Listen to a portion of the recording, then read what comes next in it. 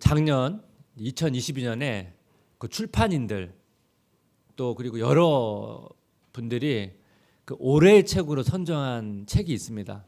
그 과학 전문 기자인데요. 룰러 밀러의 물고기는 존재하지 않는다입니다. 이 과학 기자는 그 데이비드 스타 조던 교수의 삶에 되게 감명을 받습니다. 이 교수는 그 물고기 이제 분류학자인데요. 지금 이제 우리가 알고 있는 그 물고기의 한 5분의 1 정도를 새로 찾아가지고 이름을 붙인 사람입니다. 그러니까 여러분 얼마나 그 수고를 많이 했겠습니까? 근데 이 지진으로 인해서 그 물고기 표본을 담은 그 유리 단지가 다 깨지고 더 중요한 건 뭐냐면 그 단지 속에 들어있던 물고기 이름이 다 이제 무너지면서 다 섞여버린 거예요. 뭐 제가 설교문 다 쳐놨다가 다 날린 것 이것과 비교할 수 없죠. 여러분 그 표본 만들기 위해서 얼마나 많은 시간을 쏟았겠습니까? 근데 그 교수가 이걸 포기하지 않고 그 물고기랑 그 이름표를 다 매칭해가지고 바늘로 꼬매는 작업을 했다는 것입니다. 이 과학기자가 이 교수의 어떤 도전하는 정신, 포기하지 않는 정신에 이 감명을 받고 이 교수의 삶을 추적을 하는데 이 교수의 삶을 알아가면 알아갈수록 되게 충격적인 사실들이 밝혀지는 것입니다. 뭐 예를 들면 이 교수가 우생학을 이제 주장했는데 우생학이라는 것은 이제 생물 중에 우월한 유전자가 있고 우월하지 않은 유전자가 있다는 것입니다. 이걸 인간에게 접목해서 뭐 흑인이나 이 장애인들의 유전자는 우월하지 않기 때문에 흑인들과 또 장애인들이 아이를 갖지 못하도록 중성화 수술을 했습니다. 되게 충격적인 일이죠. 또 교수가 이 평생에 노력해서 쌓아왔던 그 물고기 분류법이 후대에서 잘못됐던 것으로 이제 판명이 된 것입니다. 그 책 제목처럼 물고기는 존재하지 않는다. 이게 뭐냐면 1980년대 이제 분류학자들 사이에서는 거의 뭐 이게 진리처럼 여겨지는 내용이라는 것입니다. 우리가 어느 정도 이거 알고 있거든요. 어떤 물고기는 포유류에 가깝고 어떤 물고기는 양수류에 가깝다는 거죠. 우리가 그래서 아는 뭐 고래라든지 폐어 같은 거는 허파로 숨을 쉬잖아요. 그래서 이건 약간 좀 분류상 어디에 배치해야 될지 포유류에 더 가깝다는 것입니다. 이런 내용들이잖아요. 그래서 기자는 우리가 과학을 통해서 진리라고 알고 있는 사실이 진리가 아닐 수 있다. 이런 내용들을 주장하는 내용들입니다. 그러면서 마지막 결론에서 좀 이상하게 나가는데 이 기자가 여성인데 양성애자입니다. 양성애자. 양성애자는 이제 남자도 좋아하고 여자도 좋아하고 그거 아닙니까? 그래서 이걸 어떻게 적용하냐면 우리가 알고 있는 인간은 남자와 여자로 구성되어 있잖아요. 이것도 진리가 아닐 수 있다. 이렇게 결론을 내리더라고요. 그러니까 본인이 양성애자니까 어떤 측면에서 본인이 가지고 있는 성 전체성이 이 시대에는 보통 그것이 좀 잘못된 것을 인식하는데 진릴 수 있다는 것을 하고 싶었던 것 같습니다. 그래서 결론에 가서 그런 얘기를 하는 거예요. 사실 우리는 뭐 이런 부분에 대해서 우리가 동의하지는 않잖아요. 우리가 과학적인 진리가 오류가 있을 수 있죠. 그것을 근거로 해서 우리가 보편적으로 알고 있는 그 뭐 남자와 여자 이 모든 것까지 다 부인할 수는 없지 않습니까? 그래서 이 책은 결과적으로 어디에도 절대적인 진리는 없다. 네 생각 내 생각 다 맞다. 그래서 어떤 측면에서 이 포스트 모더니즘을 가장 잘 대변하고 있는 책이라고 생각을 했습니다.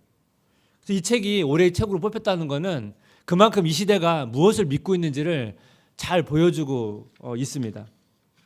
그래서 그리스도인들이 책을 읽을 때 좀 잘 분별이 필요한 것 같습니다. 그래서 살과 가시를 잘 발라서 어떤 부분에 대해서는 동의할 수 있고 어떤 부분 동의가 안 되잖아요. 그래서 그런 부분을 잘 좀 어떻게 보면 분별하는 것이 필요하지 않나 생각을 하게 됐습니다. 이 포스트 모더니즘이라고 하는 것을 신앙에도 접목해 보면 이렇습니다. 여러분 기독교 진리도 이런 측면이 있거든요. 기독교 안에 여러 가지 이제 교파들이 있잖아요. 하지만 모든 교파 다 포함해서 공통적으로 믿는 핵심 진리가 있거든요. 그거는 다 동의해요. 하지만 그 핵심 진리를 제외하면 교파마다 좀 생각도 다르고 지역마다 좀 해석이 막 달라요. 그건 또 다 가능하지 않습니까?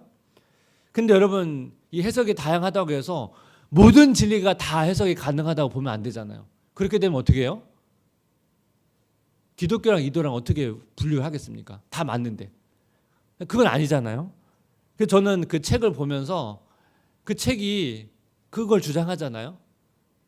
과학이 절대적인 진리가 아닐 수 있다. 그래서 모든 진리가 다 진리가 아닐 수 있다. 이렇게 가버리면 사실 다 혼돈이죠, 혼돈. 뭘 믿겠습니까?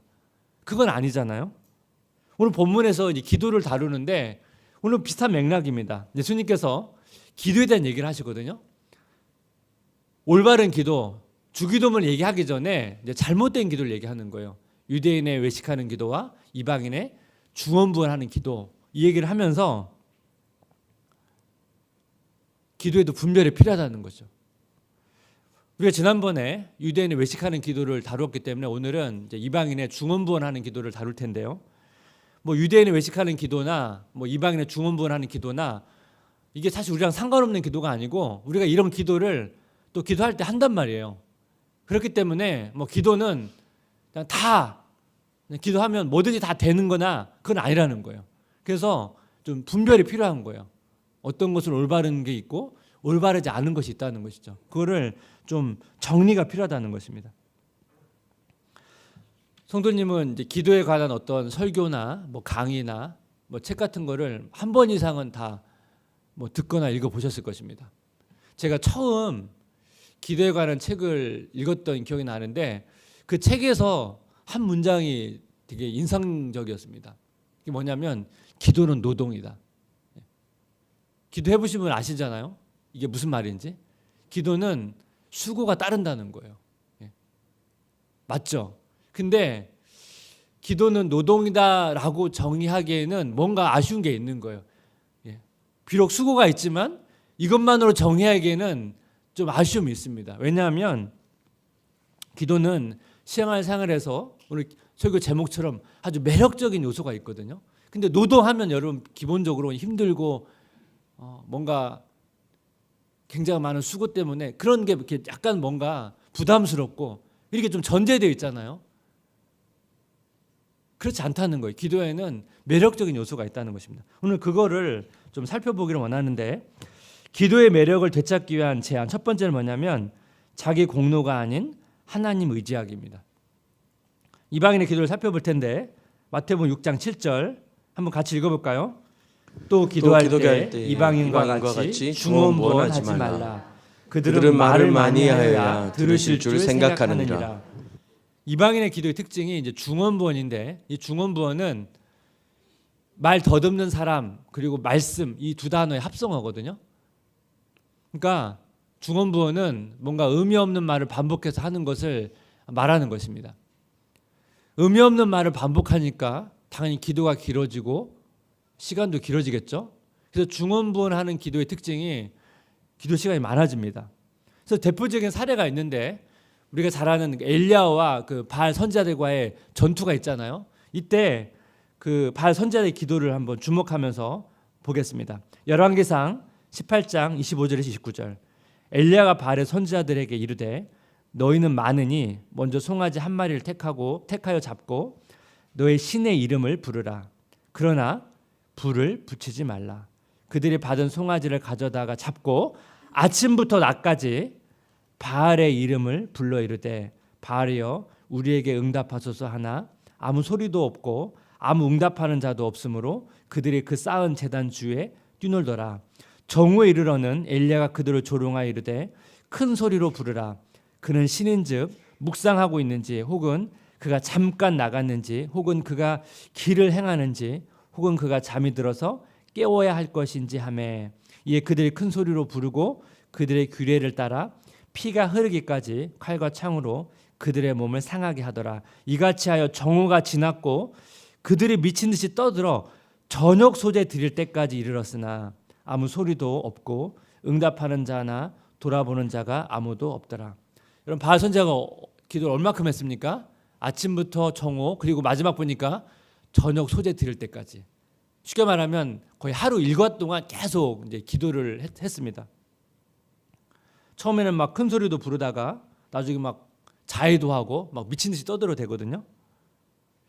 사실 기도의 시간으로 말하면 엄청난 시간입니다. 사실 우리 중에 여러분 하루 일과 동안 계속 기도만 하신 분이 있을까요? 많지 않으실 거예요. 뭐 기도원에 가셔서 특정한 날 뭐 기도를 하실 수 있겠지만 우리가 하루 일과 동안 이렇게 기도를 많이 하지 않습니다. 근데 예수님께서도 기도를 많이 하셨거든요. 누가복음 6장 12절 13절 보니까 이때 예수께서 기도하시러 산으로 가사 밤이 새도록 하나님께 기도하시고 밝음에 그 제자들을 부르사 그 중에서 12를 택하여 사도라 칭하셨으니, 예수님께서 제자들을 선택하기 위해서 밤이 새도록 기도하셨거든요. 그러니까 밤이 샜다는 것은 꽤 많은 시간을 여러분 기도를 하셨습니다. 그럼 예수님께서 기도를 이야기하실 때 이 양을 강조하시는가? 근데 항상 그렇지만은 않은 것 같습니다. 왜냐하면 이제 다음에 다룰 주기도문을 보게 되면 이 기도문이 이렇게 길지가 않아요. 짧잖아요. 주기도문. 여러분 주기도문 너무 길어가지고 주기도문 하다가 중간에 포기하신 적 있으세요? 없잖아요. 주기도문은 대부분 다 하시잖아요. 그러니까 예수께서 늘 기도의 양만을 강조하지는 않았습니다. 그 엘리야와 바알 선지자들과의 전투에서도 마찬가지예요. 여러분 엘리야의 기도를 보세요. 되게 심플해요. 열왕기상 18장 36절에서 38절. 저녁 소재 드릴 때 이르러 선지자 엘리야가 나아가서 말하되 아브라함과 이삭과 이스라엘의 하나님 여호와여, 주께서 이스라엘 중에서 하나님이신 것과 내가 주의 종인 것과 내가 주의 말씀대로 이 모든 일을 행하는 것을 오늘 알게 하옵소서. 여호와여 내게 응답하소서. 내게 응답하소서. 이 백성에게 주 여호와는 하나님이신 것과 주는 그들의 마음을 되돌이키심을 알게 하옵소서 하며, 이에 여호와의 불이 내려서 번제물과 나무와 돌과 흙을 태우고 또 도랑의 물을 핥은지라. 여러분 엘리야의 기도와 바알 선지자들의 기도에 공통점이 있어요. 바알 선지자는 바알이여 우리에게 응답하소서. 엘리야의 기도는요, 내게 응답하소서, 내게 응답하소서. 가는 거 비슷하지 않나요? 되게 비슷해요. 근데 이 엘리야의 기도는 되게 짧으면서 이 바알 선지자과의 기도와 좀 다른 점이 있거든요. 그게 뭐냐면 다시 보겠습니다. 열왕기상 18장 36절 37절 다 같이 한번 읽어볼까요? 저녁 소재 드릴 때 이르러 선지자 엘리야가 나아가서 말하되 아브라함과 이삭과 이스라엘의 하나님 여호와여, 주께서 이스라엘 중에서 하나님이신 것과 내가 주의 종인 것과 내가 주의 말씀대로 이 모든 일을 행하는 것을 오늘 알게 하옵소서. 여호와여 내게 응답하옵소서. 내게 응답하옵소서. 이 백성에게 주 여호와는 하나님이신 것과 주는 그들의 마음을 되돌이키심을 알게 하옵소서 하매. 여기 보면 간구의 내용은 비슷한데요. 그 앞에 엘리야가 하나님과의 관계를 설정할 때 여호와라는 단어를 씁니다. 이건 제가 여러 번 말씀을 드렸는데 여호와는 하나님과 이스라엘 백성의 관계를, 특별한 관계를 호칭하는 용어거든요. 그러니까 이스라엘 백성은 하나님과 일종의 특별한 관계를 맺은 존재이고 하나님께 의존적인 존재라는 것을 표현하는 호칭입니다. 그래서 36절을 보니까 주께서 이스라엘 중에서 하나님이신 것과 내가 주의 종인 것. 종은 주인에게 때를 쓰지 않습니다. 종은 주인이 시키시는 걸 하고 주인이 원하시는 것을 행하는 거거든요. 그러니까 이 엘리야의 기도는 하나님께 되게 의존적인 기도예요. 하나님께 의탁하는 기도예요. 그래서 기도의 핵심은 뭐냐면 기도의 대상이신 하나님께 대한 의존성이에요. 그래서 내가 하나님께 대하여 의존적인 관계, 또 의존성이 있다면 기도는 사실 반복해도 돼요. 왜냐하면 이 기도의 반복은 어떤 간절함의 표현이기 때문에 이 반복하는 거지, 이 기도를 반복해야만 응답하시기 때문에 반복하는 것은 아니거든요. 시간도 마찬가지입니다. 하나님께 의존하면 의존할수록 하나님과 더 교제를 하고 싶거든요. 그래서 기도의 시간이 늘어나는 것이지 기도 시간이 늘어나서 응답하는 것은 아니거든요.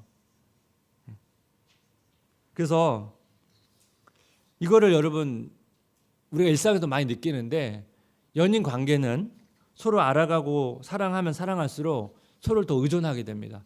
여러분 다락방 공동체도 서로 관계를 맺어가면 맺어갈수록 서로를 향한 의존 관계가 생기거든요. 하나님과의 관계도 마찬가지입니다.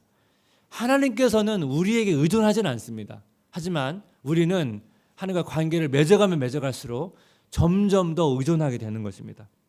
그래서 기도는 어떤 자기의 노력을 보여줌으로써 하나님으로부터 어떤 나의 원하는 것을 얻어내는 수단이 아니고 하나님을 알아가고 사랑하면서 하나님을 의지하는 마음의 표현인 것입니다. 그래서 우리가 하나님을 의지하면 의지한다는 건 뭐냐면 점점 더 하나님을 좋아하게 된다는 것입니다. 이것이 기도의 되게 중요한 요소라는 것입니다. 기도를 좋아하니까 기도의 시간이 많아지는 것이고 또 그 시간을 즐기는 것이죠. 이게 기도의 매력을 되찾기 위한 중요한 요소입니다. 두 번째는 뭐냐면 기도의 매력을 되찾기 위한 제안 두 번째는 뭐냐면 필요의 기도보다 선물의 기도보다 찬양과 경배의 기도가 많아지는 것입니다. 예수님께서 중언부언 기도를 하지 말라고 말하면서 중요한 이야기를 덧붙이세요. 마태복음 6장 8절 그러므로 그들을 본받지 말라 구하기 전에 너에게 있어야 할 것을 하나님 너희 아버지께서 아시느니라. 이 말을 좀 오해할 수가 있어요. 하나님이 나의 모든 필요를 다 아신다? 다 알고 있다? 그러면 이렇게 또 생각해요. 다 알고 있는데 굳이 기도할 필요가 있는가? 안 해도 다 아시는데. 그래서 어떤 분은 하나님 다 아시죠? 그렇게 기도 끝냈다고. 우리가 기도는 하나님께서 나의 필요를 모르실까 봐 상기시키기 위해서 하는 건 아니잖아요. 나를 다 아시고 나의 필요를 다 아시니까 앞에 나왔던 것처럼 하나님께 의존하기 위해서 고백하는 것입니다. 그래서 기도는 하나님과 인격적인 교제인데 인격적인 교제라는 것은 서로 아는 관계 속에 일어나잖아요. 그리고 이 속에서 사랑이 싹 트는 거죠. 근데 사랑의 관계는 여러 가지 표현의 수단들이 있습니다. 그 C.S. 루이스의 4가지 사랑이라는 책을 보게 되면 사랑을 3가지로 정의를 내려요. 필요의 사랑, 선물의 사랑, 감상의 사랑. 그래서 C.S. 루이스가 이걸 연인 관계로 설명을 합니다.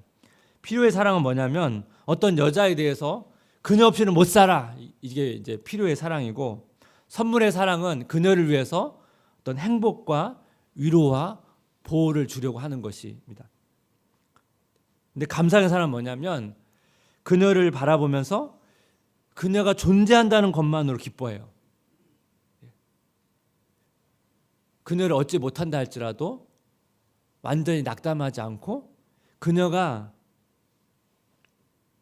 존재하는 것만으로 차라리 그녀를 모르는 것보다 아는 것만으로 그게 더 낫다 이렇게 생각하는 것입니다.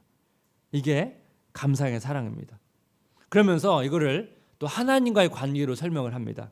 필요의 사랑은 우리의 빈곤에 대해서 하나님께 부르짖는 것이고 선물의 사랑은 하나님을 섬기려 하고 하나님을 위해서 기꺼이 고난을 받으려는 것을 말합니다. 감상의 사랑은 하나님을 향해서 당신의 크신 영광에 대해서 감사드립니다 라고 말하는 것입니다. 우리가 하나님과의 관계 속에서 이 3가지의 사랑이 존재할 것입니다. 우리가 기도할 때 어떤 사랑이 지배적이냐는 거예요. 필요의 사랑입니까? 아니면 선물의 사랑입니까? 또 감상의 사랑입니까? 그러니까 이 내용을 가지고 한번 기도에 접목해 본다면 우리의 필요를 아뢰는 것도 사랑이죠. 필요해요. 그런데 이 필요의 사랑보다는 하나님께 내 마음을 드리고 나의 삶을 드리는 어떻게 보면 이 선물의 사랑이 더 하나님과 깊은 관계를 보여주는 것입니다. 또한 그 하나님의 존재만으로 하나님을 사랑하고 또 하나님을 찬양하고 하나님을 경배하는 것, 이것이 하나님과의 더 깊은 관계를 보여준다는 것이죠. 그래서 우리가 기도할 때 이 3가지 사랑이 다 필요하다는 거예요. 근데 우리가 하나님과 관계를 맺어가면 맺어갈수록 필요의 기도보다는 선물의 기도보다는 이 감상의 기도가 점점 더 많아진다는 거예요. 그럼 기도의 시간을 한번 점검해 보세요. 나의 기도의 시간 가운데 어떤 기도가 나의 기도 시간을 채우고 있는가? 우리의 기도가 이 필요의 기도로만 채워진다면 여러분 필요의 기도가 나쁜 게 아니거든요. 이것도 사랑이에요. 그런데 뭐가 문제냐면 간구 중심의 기도, 필요 중심의 기도가 나의 기도의 전부가 되면 이 기도가 이방인의 기도로 변질될 가능성이 있고, 또 하나는 뭡니까? 하나님과의 더 깊이 있는 그 교제의 맛을 보지 못할 수 있다는 것입니다. 그래서 그 팀 켈러 목사님의 센터 처치를 보게 되면 이 종교 중심의 기도와 복음 중심의 기도를 이제 구분해서 설명을 하는데요. 이 팀 켈러 목사님은 이 종교를 기독교 본질에서 벗어난 걸 종교라는 단어를 쓰거든요. 볼까요? 종교 중심의 기도 한번 같이 읽어보겠습니다. 기도 생활은 주로 간구 기도로 구성되며 필요가 생길 때만 열심히 한다. 기도하는 주된 목적은 상황을 통제하는 것이다. 종교 중심의 기도는 주로 간구로 채워지고, 그러니까 당연히 필요할 때만 기도하겠죠. 그러다 보니까 어떻게 해요? 이 간구 기도를 통해서 통제하고 싶어 한다는 거죠. 결과적으로 하나님을 통제하고 싶어 하는 거거든요. 복음 중심의 기도는 뭔가 한번 같이 읽어보겠습니다. 기도 생활은 찬양과 경배로 주로 구성된다. 기도하는 주된 목적은 하나님과 교제하는 것이다. 복음 중심의 기도는 찬양과 경배로 주로 구성된다. 앞에서 말한 뭐예요? 감상의 사랑이죠. 하나님의 존재를 찬양하고 경배하는 것입니다. 제가 앞에서 기도의 매력을 되찾아야 된다고 말씀을 드렸죠. 그래서 우리가 하나님을 알아가면 알아갈수록 점점 더 하나님을 의존하게 되고, 또 하나님과 교제하고 싶어지고, 하나님과 교제하고 싶어지면 기도할 때도 필요의 기도보다 선물의 기도보다 이 감사의 기도, 하나님을 찬양하고 경배하는 시간들이 점점 더 많아진다는 것입니다. 제가 이제 훈련을 할 때 그 훈련생분들에게 요구하는 게 있거든요. 훈련을 하게 되면 기도 시간이 있어요. 일주일에 그 해내야 될 기도 양이 있거든요. 그래서 평상시에 그만큼 기도 안 하다가 이 기도 시간만큼 채우려면 되게 고통스럽습니다. 그래서 막 시계 봐도 기도 시간 안 채워지고 막 이런 일이 계속 생기거든요. 그래서 사실 이게 정상이에요. 우리 처음부터 기도 시간이 확 늘어나지는 않거든요. 그래서 제가 뭘 부탁하냐면 훈련 끝날 때는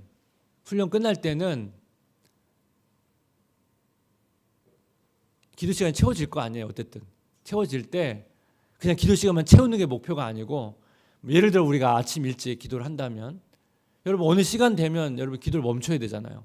출근도 해야 되고 집안일 시작해야 되잖아요. 기도를 멈출 때 기도를 멈추는 게 아쉬울 수 있도록, 처음에는 막 기도 시간 느리느라고 너무 힘들고 그렇지만 우리가 훈련 끝날 때는 이 기도하는 이 시간을 멈추는 것 자체가 너무 아쉽고 더 기도하고 싶은데 내가 해야 될 일이 있어서 기도를 이제 멈춰야 되는 그 목표를 두고 우리가 기도하자고 제가 늘 강조를 하거든요. 그래서 기도하는 시간이 너무 즐겁고 시간 간 줄 모르고 그런 기도 생활이 되고 있다면 이때는 뭐예요? 기도가 단순히 노동의 시간 정도를 뛰어넘어서 예술의 경지까지 가고 있는 것입니다. 하나님께서 원하시는 게 이거거든요. 하나님께서 우리에게 왜 기도를 요구하십니까? 노동으로서 요구하는 게 아니고 이 기도의 매력에 빠져서 같이 하나님과 즐거운 이 교제의 시간들을 누리기를 원하시는 거거든요. 그래서 올해 우리 신앙의 목표를, 오늘 1월 1일이니까 이 기도의 매력을 되찾는 게 우리 신앙생활의 목표가 되었으면 좋겠습니다. 그래서 오늘부터 또 말씀 묵상과 함께 이 기도의 매력에 빠지는 성도님 되시기를 주님의 이름으로 기도하고 축복합니다.